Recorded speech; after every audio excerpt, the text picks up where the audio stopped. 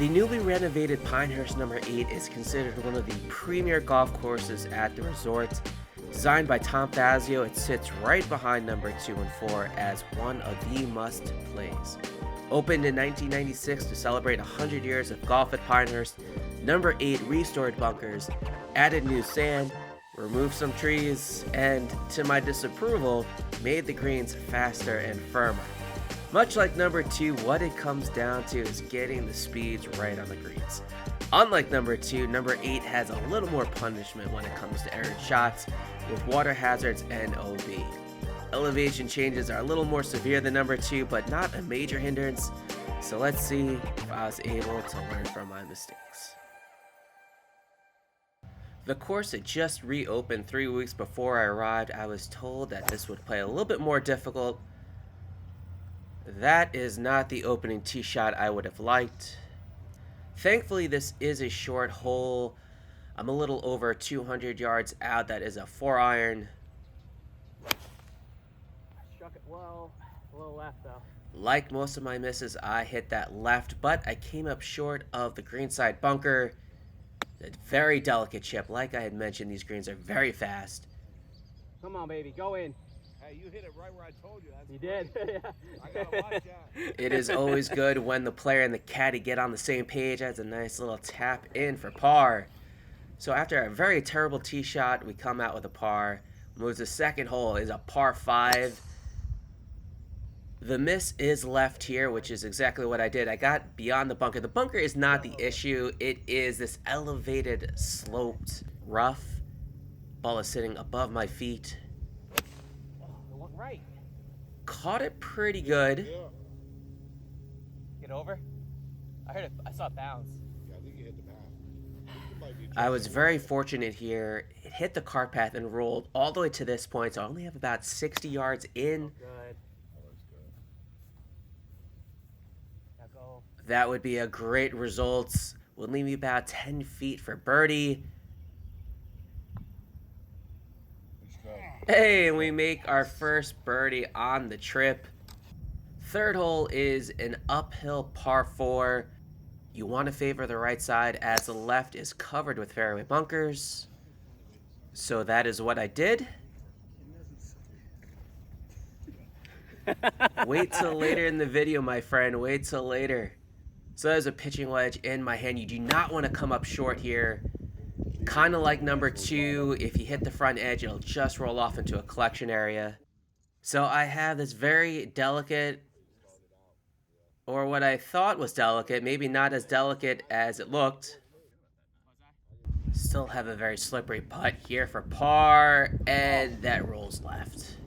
That was a very tough putt. You do not want to be above the hole there. But if you hit it below the hole, then you have a chance of it rolling off the green, so that's Pinehurst for you. Fourth hole is a long par 4, dogleg left.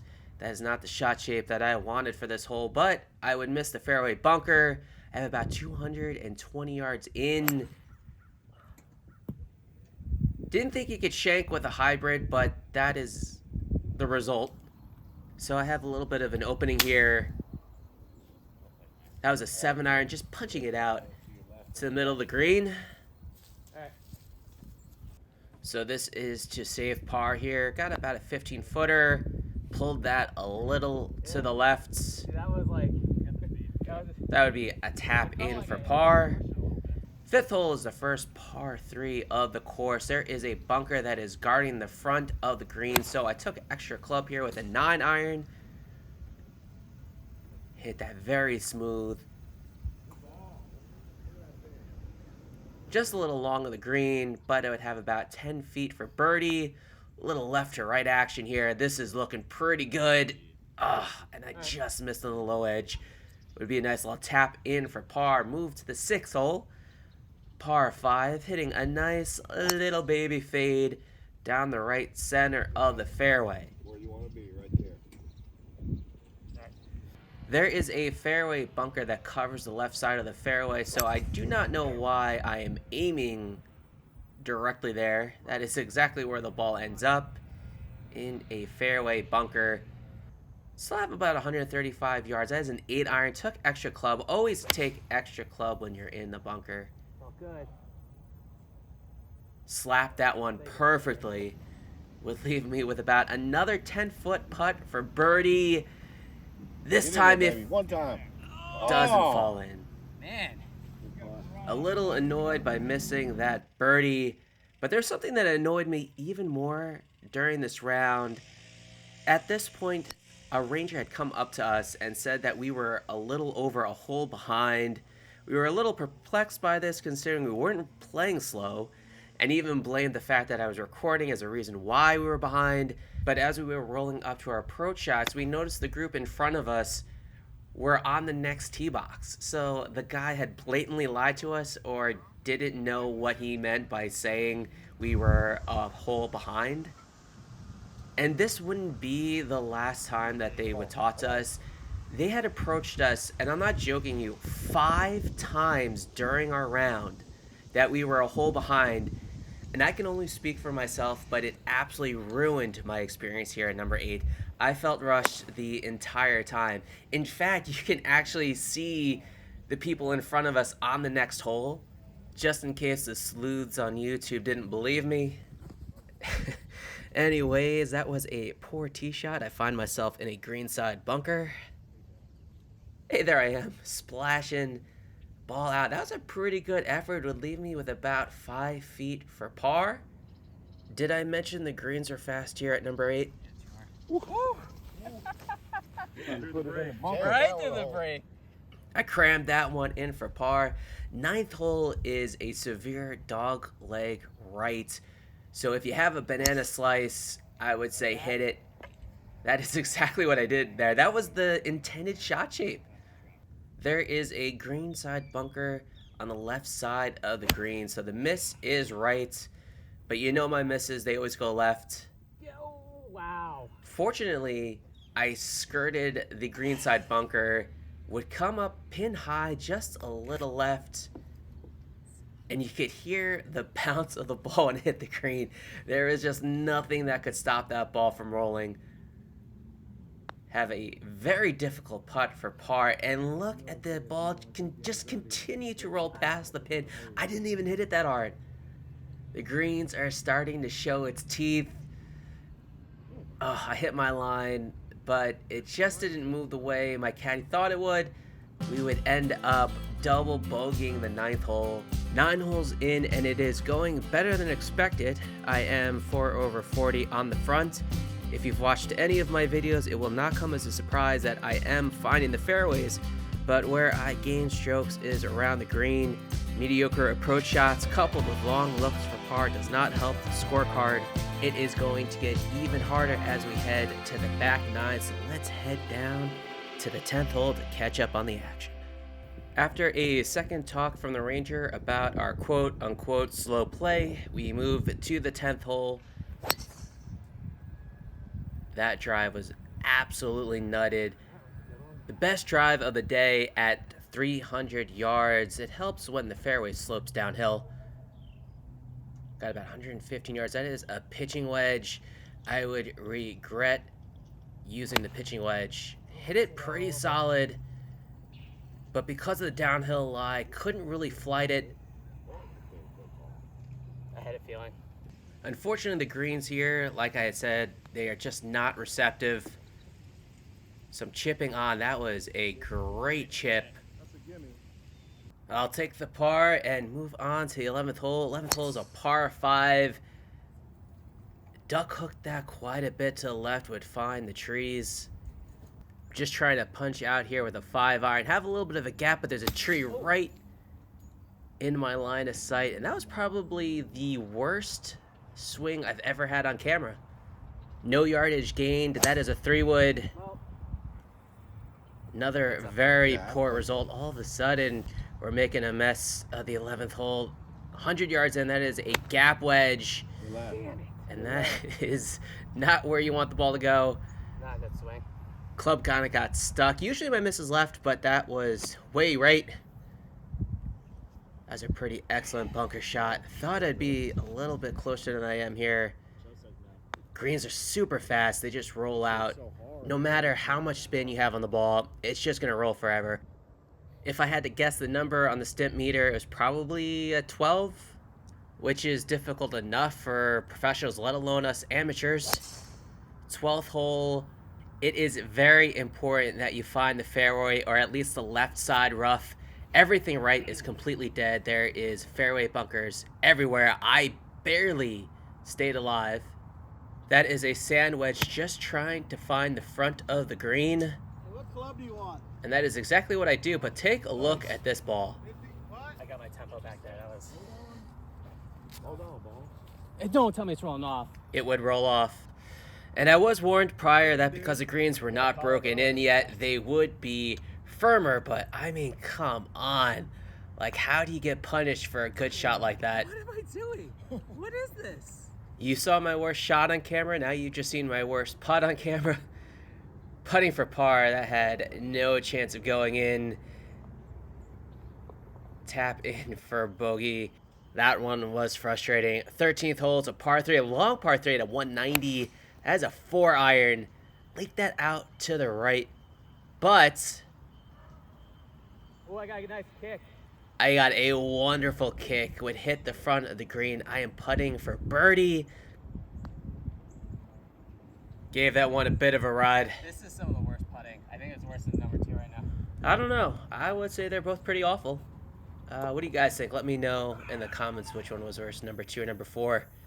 The 14th hole is a dog-leg left. We have our friend, the Ranger, out in the distance. Probably a retired CEO who wants to feel like he has some sort of authority over us.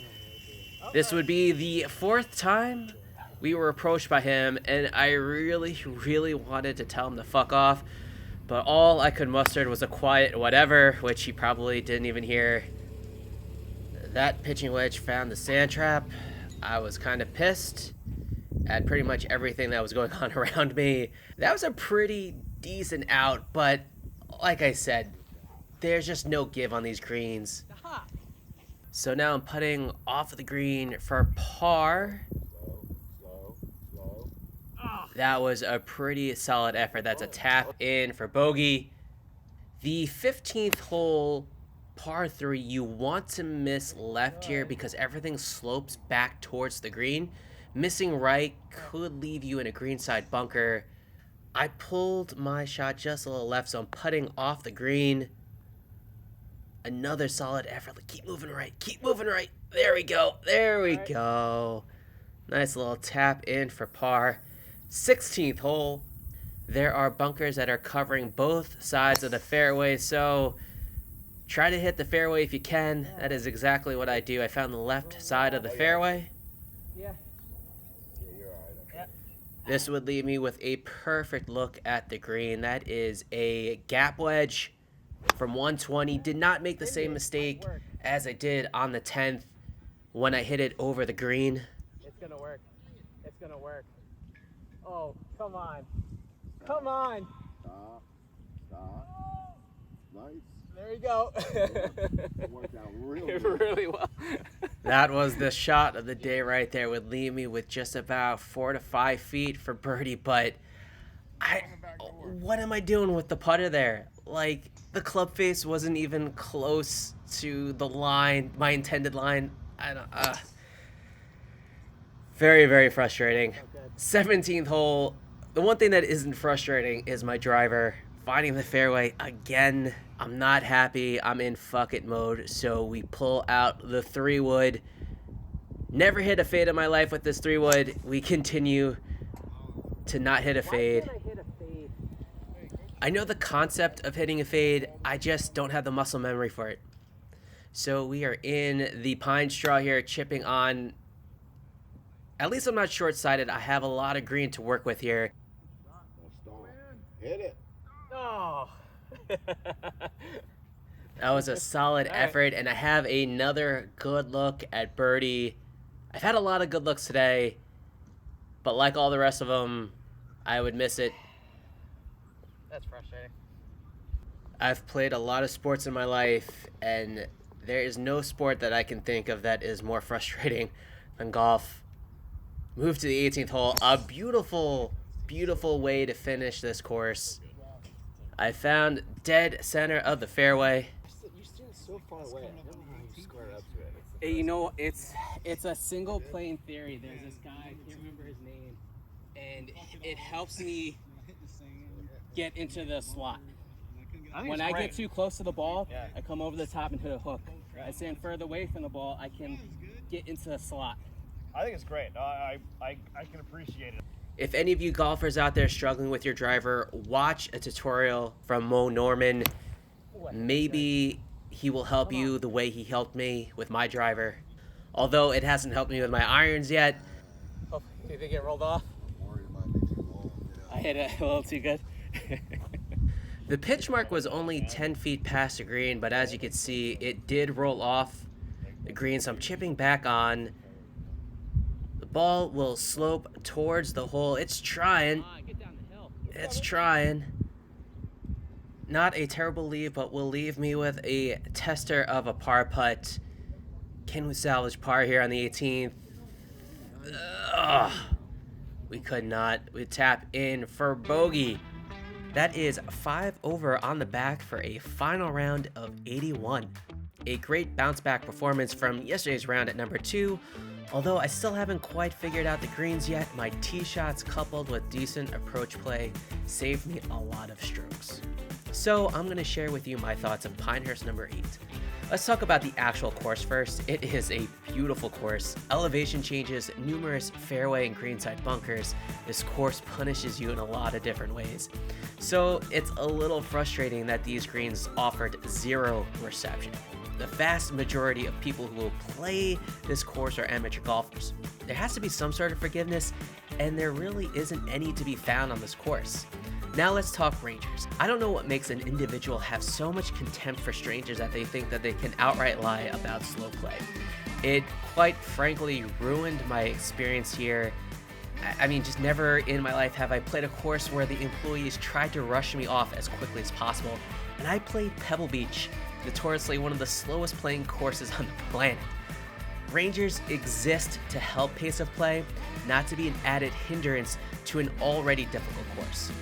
So to summarize, don't be a dick. We gotta hurry up and get off. Yeah, right? We're playing a hole behind now.